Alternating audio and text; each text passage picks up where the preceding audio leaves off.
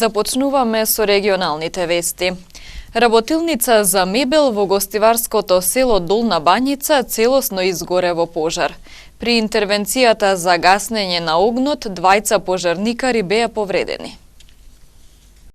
Во голем пожар кој избувнал вчера вечер изгоре работилница за мебел во гостиварското село Долна Бањица. Огнот најпрво се појавил во магацинот на објектот и брзо се проширил. Противпожарната единица на Гостивар била повикана околу 22 часот и 30 минути, пошто започнала интервенција за гаснење. Огнот зафатил и околни објекти, но пожарникарите успеале да го локализираат. Борбата со пламените јазици траела до 3 часот и 30 минути наутро, кога пожарот целосно бил угаснат. Во гаснењето учествувале и екипи од противпожарните единици од Скопје и од Тетово. Двајца пожарникари од Гостивар при интервенирање се здобиле со повреди. Едниот од нив, Ерги Лисени, денес пред нашата камера го сподели синоќешното непријатно искуство. Ја бев дома, ми се јави колега, значи треба засилување на работата, што почна објектот да гори там во Долна Бањица, значи фабрика за мебел, Амај. Ние стасавме таму околу 11 часот и почнавме со гасење, значи околу објектите што беа тие куќите од фабриката околу. И одеднаш пукна цревото и значи имавме повреди. Јас и еден мој колега кој малку потешко повреден, ја малку помалу. Ја почнав да работам, значи иако што бев повреден, ма почна болките повише да ми сметат во ногата и затоа се повлеков од пожар. Беше голем пожар, нормално внатре можете да замислите што има внатре во работилницата. Сунџери, пасми, бои, лакови и значи тоа беше се работата, али го направивме нашето. Денес увид на местото изврши екипа од полициската станица во Гостивар. Причините и деталите за пожарот допрва ќе се утврдуваат. Приведени 3 лица во текот на вчерашниот ден по разни основи. 29 годишен тетовец со судска наредба бил лишен од слобода затоа што бил осуден на 2-годишна затворска казна за сторени кривични дела, неовластено производство и пуштање во промет наркотични дроги, психотропни супстанции и прекурсори и овозможување на употреба на наркотични дроги. По приведувањето спроведене во казнено-поправната установа Идризово во Скопје за издржување на затворската казна. Приведени се и 39-годишникот Тетово и албански државјанин на возраст од 32 години, кој немал никакви документи и кои биле во видливо алкохолизирана состојба. Двајцата се задржани во полициската станица Тетово за целосно расчистување на случајот. Од секторот за внатрешни работи Тетово информираат и за засилените сообраќајно-контролни активности во Тетово, во кои најголем дел се однесуваат на паркирањето во централното подрачје и посебно на улиците кои водат или се наоѓаат во непосредна близина на училиштата. По овие активности вчера откриени се 20 непрописно паркирани возила, кои веднаш се подигнати, додека на нивните сопственици изготвени им се соодветни поднесоци. При контролите исто така откриени се и 5 нерегистрирани возила, 4 возачи почетници, 2 возачи без положен возачки испит, еден кој управувал под дејство на алкохол и други прекршоци. Откриените прекршоци заокружени се со 35 прекршочни мандатни поднесоци и со 7 писмени предупредувања, информираат од тетовската полиција. Се уште нема никакви градежни активности за реставрација на манастирот Света Богородица и конакот кој што се во состав на Лешочкиот манастир и се заштитени со закон. И за двата објекти Министерството за култура најави дека ќе се реставрираат. Иако се изготвени проекти за реставрација на манастирската црква и конакот, тие не се ниту чепнати. Покривот на храмот Света Богородица прокиснува, фреските се ронат. Во лоша состојба се наоѓа и конакот. од Тетовското архиерейско наместништво велат дека досега од Министерството за култура добивале само ветувања, дека ќе се започне со реализација на проектите. Уште пред 2-3 години е разговарано и се припремени потребните документи, но досега не е се уште ништо почнато. Црквата Успение на Пресвета Богородица е потребно како да се зајакне зградата, нели? Покривот и останатите сегменти, бидејќи процедуваше известно време, па мораше да биде покривана со најлон и така натаму. Треба да се конзервираат иконите и исто тоа е нешто што треба да го направи Заводот за заштита на културни споменици. Рече отец Александар Стојановско, Тетовското архиерейско наместништво. Во април годинава од Министерството за култура рекоа дека двата проекти за реставрација на конакот и манастирската црква ќе се реализираат во наредните години, а градежни зафати се планираат и годинава, но на терен нема ништо. Во лоша состојба е црквата Свети Атанаси над патот кон село Брезно, која исто така заштитена со закон и е во состав на Решочкиот манастир. Ѕидовите се руинирани, подот речице го нема, а внатре нема никакво црковно обележје.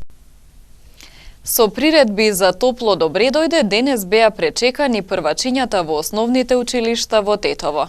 Околу 1100 ученици оваа година за прв пат ќе седнат во училишните клупи.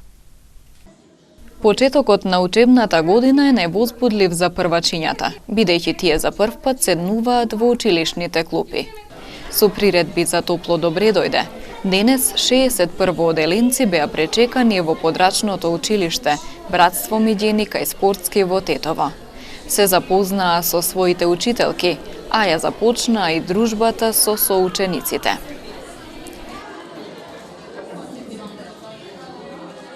Како и секоја година, така и оваа учебна година се почнува на 1, 2, 3 септември во зависност од календарскиот датум. Приредивме едно мало обраќање од мојата страна, читање на именцињата на секое детенце и се разбира секоја од учителките нивната креативност ја покажуваат, кои што си ги намеравија своите училници да им бидат интересни, примамливи, убави за идните наши првачиња. Оваа година имаме 2 оделенија со максимум по 30 во двата класа се по 30 ученика. Толку, нема повеќе, не смееме повеќе. Некои совети до првачињата како да се прилагодат на новата средина, прв пат седнуваат во училишните клупи? Така. Голем број, да кажем 90% од дечињата сите оделе во градинка. Сите имате едно добро искуство, една добра убава подлога која што ми ја дале учителките во градинките, така да ние овде само ќе се надоградиме на нивните веќе знаења. Како што кажав, креативноста на учителките е тука. Ќе успеат да си ги придобијат своите дечиња, бидејќи 5 години треба да дружат и заедно да доаѓаат до многу сознанија. Креативноста пред се реков, затоа што со креативноста доаѓа и развојот, се развива мозочето на секое детенце. Имаме овде големи успеси во висшите оделенија, така како и што претходно кажав, се надевам дека и оваа година ќе успееме континуирано да го следиме детенцето, континуирано детенцето да добива една убава основа, еден убав темел, па и некој од нив и својот моментална професија која што си ја замислува да си ја оствари. Во општина Тетово во прво оделение вкупно се запишани околу 1100 ученици. Од секторот за јавни дејности велат дека оваа учебна година зголемен е бројот на ученици во училиштата. Бројката е околу 1100 ученика кои што се запишани во прво оделение. Исто така и во средното образование околу 1700 ученика се запишани во прва година. Тоа покажува дека имаме раст на бројот на ученици кои се запишуваат во основните и средните училишта на општина Тетово. Имаме голем прилив на родители кои што ги запишуваат учениците во прво оделение поради летните одмори. И ова ќе продолжи можеби во текот на цела оваа недела. Конечните бројки за тоа колкава е бројот на запишани ученици во основните и во средните училишта во текот на неделата ви кажуваме, додека пак во градинките исто така е бројот на деца запишани е над 1300 деца кои што се запишани во градинките. Инаку од секторот известуваат дека децата кои што немаат документи за примарни вакцини не се примаат за упис. Се насочуваат да ги земат потребните вакцини, па да се запишат во градинка или во основно училиште.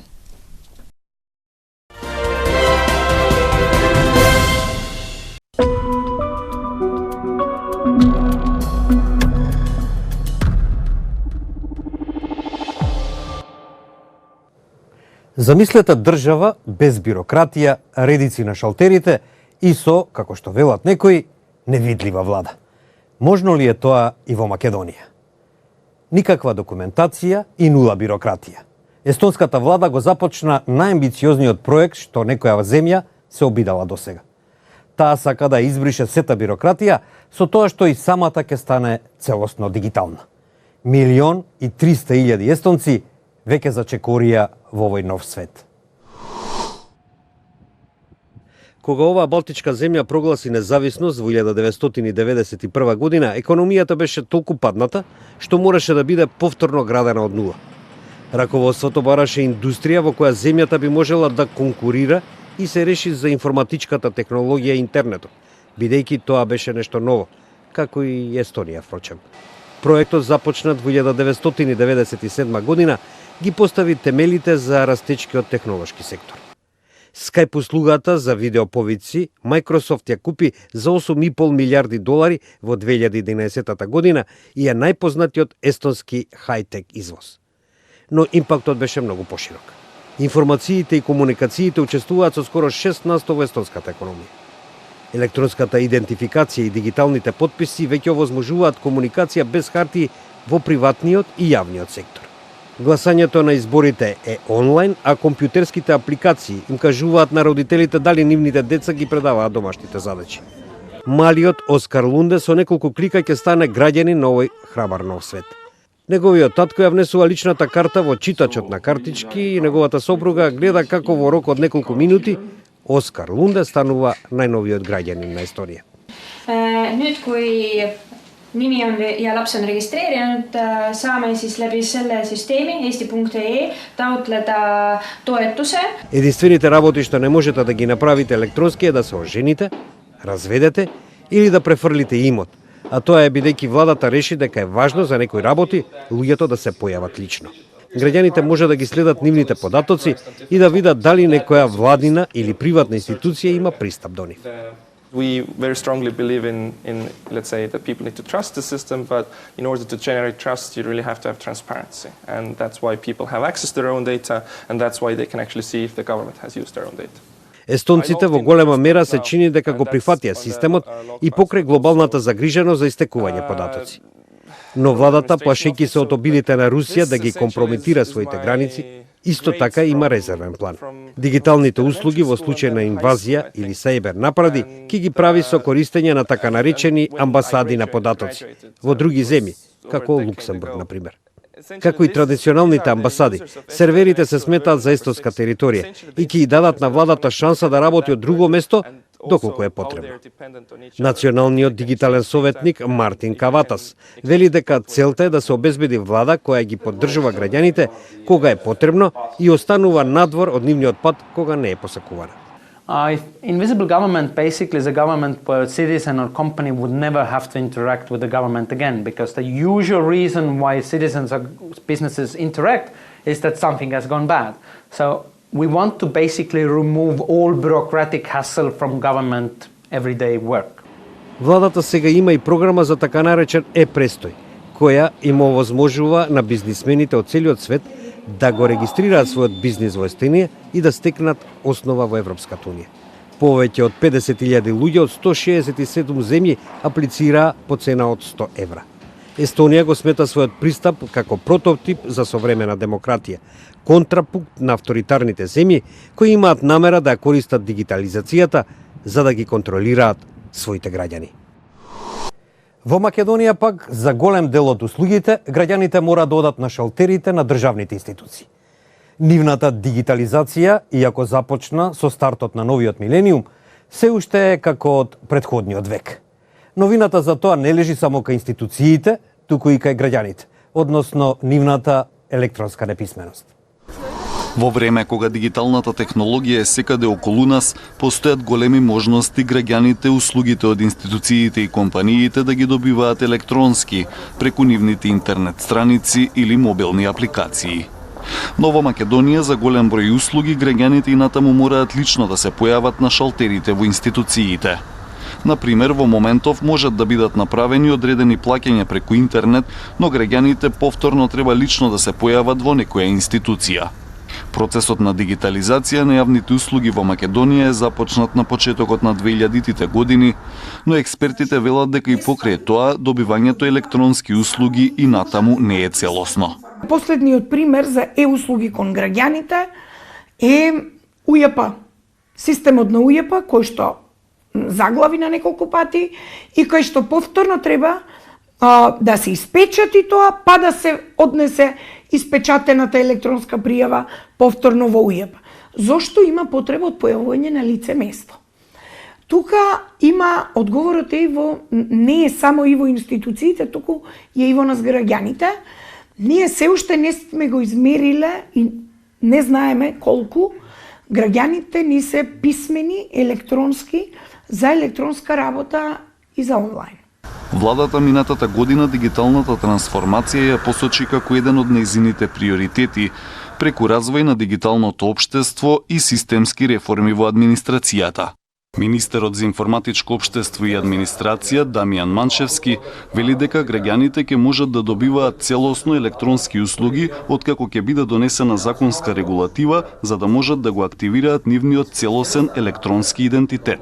Граѓаните ќе имаат потреба само еднаш во животот и никогаш повеќе, откако ќе се активираат регистарот, порталот и ќе се донесат законите за електронски идентитет. Тоа се 3 закони, ајде да ги крстиме така со едно општо име. Ќе треба да се еднаш појават на еден шалтер за да бидат идентификувани со нивниот личен документ дека тие се истиот човек за кој што ги имаме податоците во регистарот и се активира електронскиот идентитет.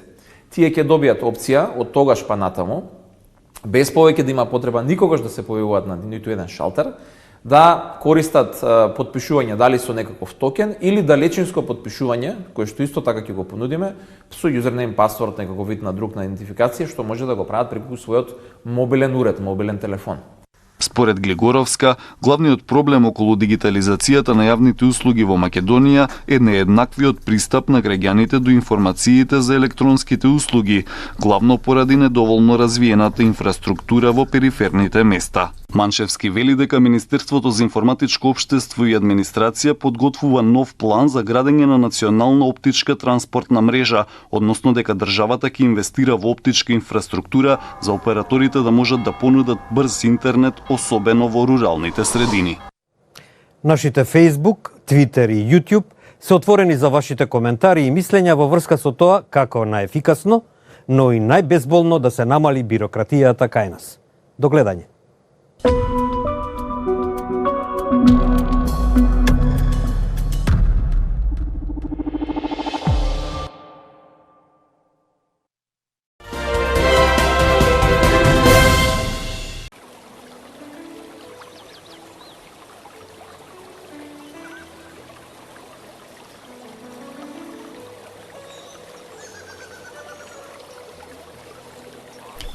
Времето денес беше сончево со мала до умерена облачност.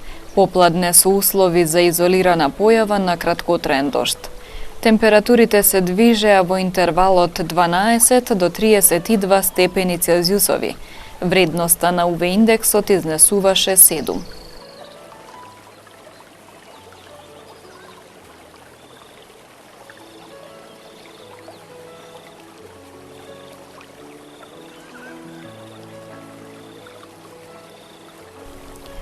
Утре не очекува сончево време со мала до умерена облачност.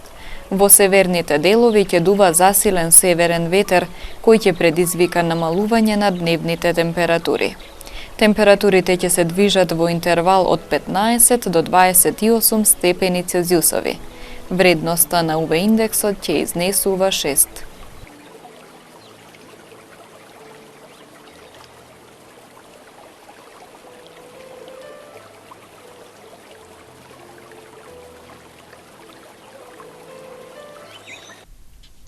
Тоа беа информациите подготвени за ова издание на регионалните вести. Пријатно!